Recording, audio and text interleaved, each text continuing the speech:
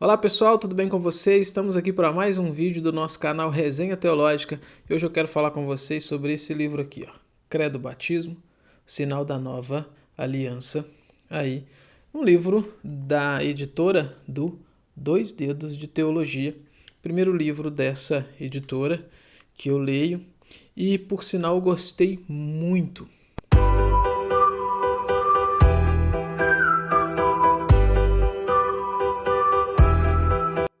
Esse livro é muito interessante, pessoal. Esse livro ele vem a favor da ala batista nessa discussão aí centenária de credobatismo e pedobatismo, né? Inclusive existem até alguns que tentam afirmar que batistas não podem ser reformados, considerados reformados, por causa do pedobatismo, por não batizar crianças. Mas esse livro ele vem com a intenção de mostrar para a gente que, biblicamente falando, e isso digo com todo respeito aos nossos queridos irmãos presbiterianos e, enfim, de outras denominações que praticam o pedobatismo, mas biblicamente, historicamente, exegeticamente falando, a forma correta de se batizar é o credo batismo, é batizar somente aqueles que creem. E qual que é o ponto de argumentação dos autores aqui? Na realidade, a gente está falando aqui de um livro organizado por Thomas Schreiner e Sean Wright. Não sei se é essa a pronúncia correta, olha aí. E eles organizam, nós temos vários autores. Nós temos aqui, então, para vocês terem uma ideia, ó, o prefácio de Timothy George, nós temos aqui Andreas Kostenberger, nós temos aqui Robert Stein, Mark Dever, então são grandes nomes aí da teologia batista que vão, cada um escrevendo aqui um capítulo, são 10 capítulos, e cada um defendendo aí um ponto, ou apresentando um ponto nessa defesa conjunta do credo batismo. Então, por exemplo, ele começa mostrando, e quem vai escrever esse capítulo é o Andreas Kostenberger, o batismo nos evangelhos. E ele então vai mostrar para a gente como que nos evangelhos, os quatro evangelhos, como que nos quatro evangelhos, então, nós temos o batismo, qual era a forma, qual era o modelo. E no modelo dos evangelhos, está muito claro que o batismo ali, ele era uma forma credo-batista, então, ou seja, o batismo era destinado somente àqueles que professavam ali a fé, o arrependimento. Ele vai falar do batismo realizado por João Batista, e depois a transição, ainda que implícita no texto, desse batismo passando a ser feito por Jesus. A gente tem até um momento onde a gente tem João Batista batizando e os discípulos de Jesus também. E depois ele tem um outro capítulo, escrito aqui pelo Robert Stein, onde ele vai focar no batismo ali em Lucas Atos, mostrando como que Lucas, então, parte desse ponto de que no seu relato o batismo era destinado somente àqueles que criam, e como que ele vai reverberar isso também em Atos dos Apóstolos. Vai discutir aquelas questões, então, do carcereiro de Filipos, vai discutir as questões do eunuco da rainha de Candace ali com Filipe, como que foi dado esses batismos. E, inclusive, esse exemplo, então, do carcereiro de Filipos, muita gente diz, olha, tá vendo? Ele foi batizado, então foi batizado toda a sua casa, toda a sua família, mas ele vai mostrando ali que a gente tem no texto pontos para a gente entender que o batismo ali não necessariamente foi dedicado a toda a família, no sentido de ser dedicado aos bebês também, né? E aí, ele tem um capítulo aqui sobre o batismo nas epístolas, o batismo e a relação entre as alianças, então ele vai sim partir desse ponto de alianças e vai mostrar então como que se dá isso, como que se enxerga isso. Será que a circuncisão ela é transferida, ela é transformada no batismo? Ou seja, será que o batismo então ele é correspondente do Novo Testamento do que seria a circuncisão no Antigo Testamento? Ele vai discutir isso aqui. Ele vai discutir também aqui um capítulo interessante sobre o batismo nos escritos patrísticos. Então ele vai partir do ponto de como que os pais da igreja entendiam o batismo. E tem uma parte aqui que eu acho interessante, que eu quero ler para vocês, está aqui na página de número 150, que ele vai dizer o seguinte, olha só: não há defesa do batismo infantil antes do terceiro século. De fato, Cada instância de instrução a respeito do batismo sustenta a conclusão de que o batismo dos crentes era apenas a prática normativa do segundo século, com a possível exceção dos batismos de emergência de crianças atingidas por doenças que levavam à morte no final do século. Ou seja, a norma era batizar somente os crentes, porém haver essa exceção de que às vezes crianças que tivessem doenças mortais, de alguma forma próximas aí da morte, abria-se então essa exceção para que essas crianças fossem batizadas. E aí, mais à frente, ele diz o seguinte: o debate sobre a inovação do batismo infantil continuou até o IV século, quando Gregório, bispo de Nazianzo, permitiu o batismo infantil somente em situações de emergência, rejeitando-o em outros casos, sob a alegação de que as crianças não têm pecados a confessar e, portanto, não precisam de batismo, pois o batismo está apropriadamente relacionado ao arrependimento. Então ele vai discutir sobre essa questão, fazer essa ligação de que nos escritos primitivos, então, o batismo era destinado somente às pessoas que professavam fé.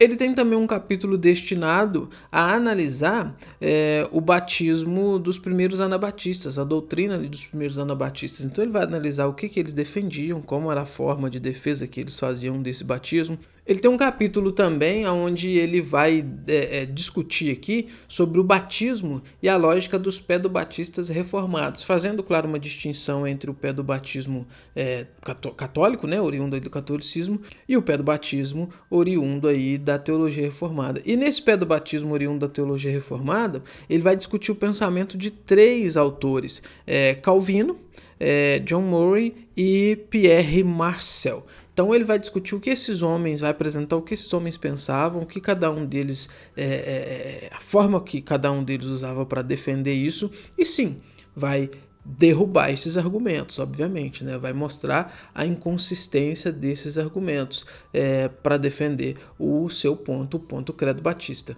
No capítulo 8, a discussão que ele vai fazer é sobre a questão de suzerania, circuncisão e batismo. Como que essa relação, então, ela leva a essa ideia de pedobatismo, num certo sentido, mas a ideia dele aqui, a tentativa dele é também desconstruir esse argumento. Capítulo 9, ele vai discutir sobre o batismo no movimento de restauração de Stone Campbell, que era um presbiteriano que defendia pedobatismo, mas depois ele muda de posição e aí tem alguns seguidores e ele vai mostrar se existe então uma relação entre aquilo que o Campbell ensinava e aquilo que os seus seguidores passaram a ensinar.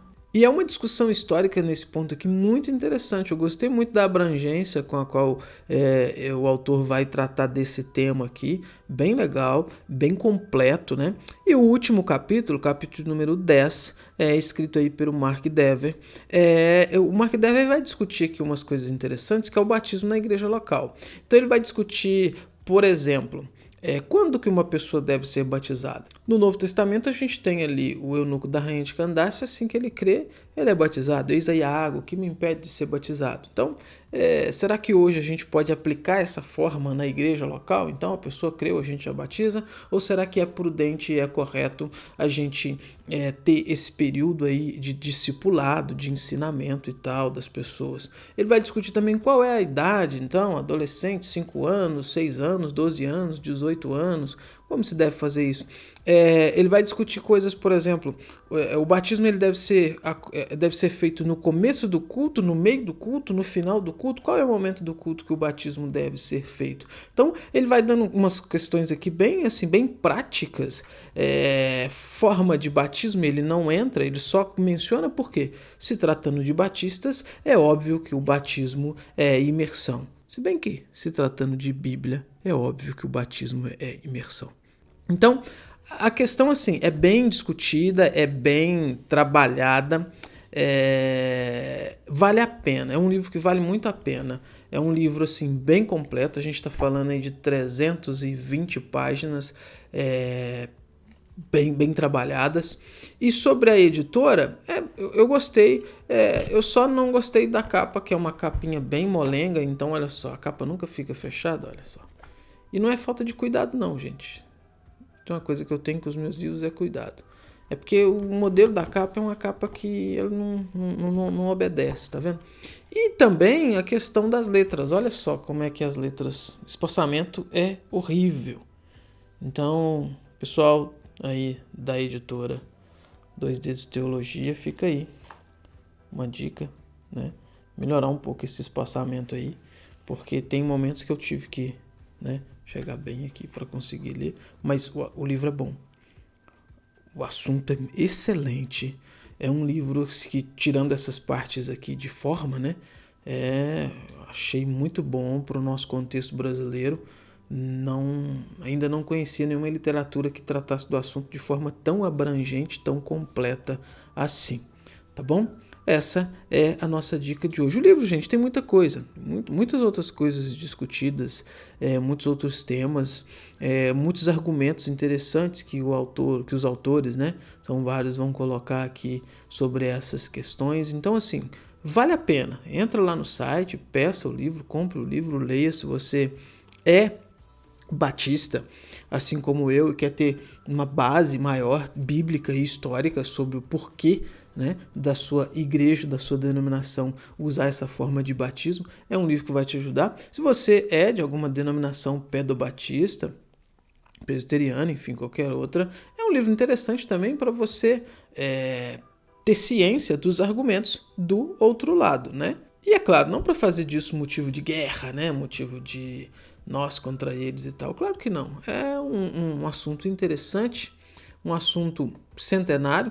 O livro não vai resolver o problema, obviamente.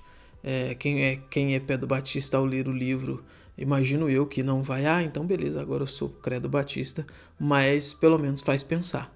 Faz pensar, faz analisar bem as questões e enriquece muito o debate, tá bom? Esse é o nosso livro de hoje, essa é a nossa indicação de hoje, Credobatismo, o sinal da nova aliança em Cristo, organizado e editado por Thomas Schreiner e Sean Wright, com vários autores, lançado então pela editora Dois Dedos de Teologia, tá bom?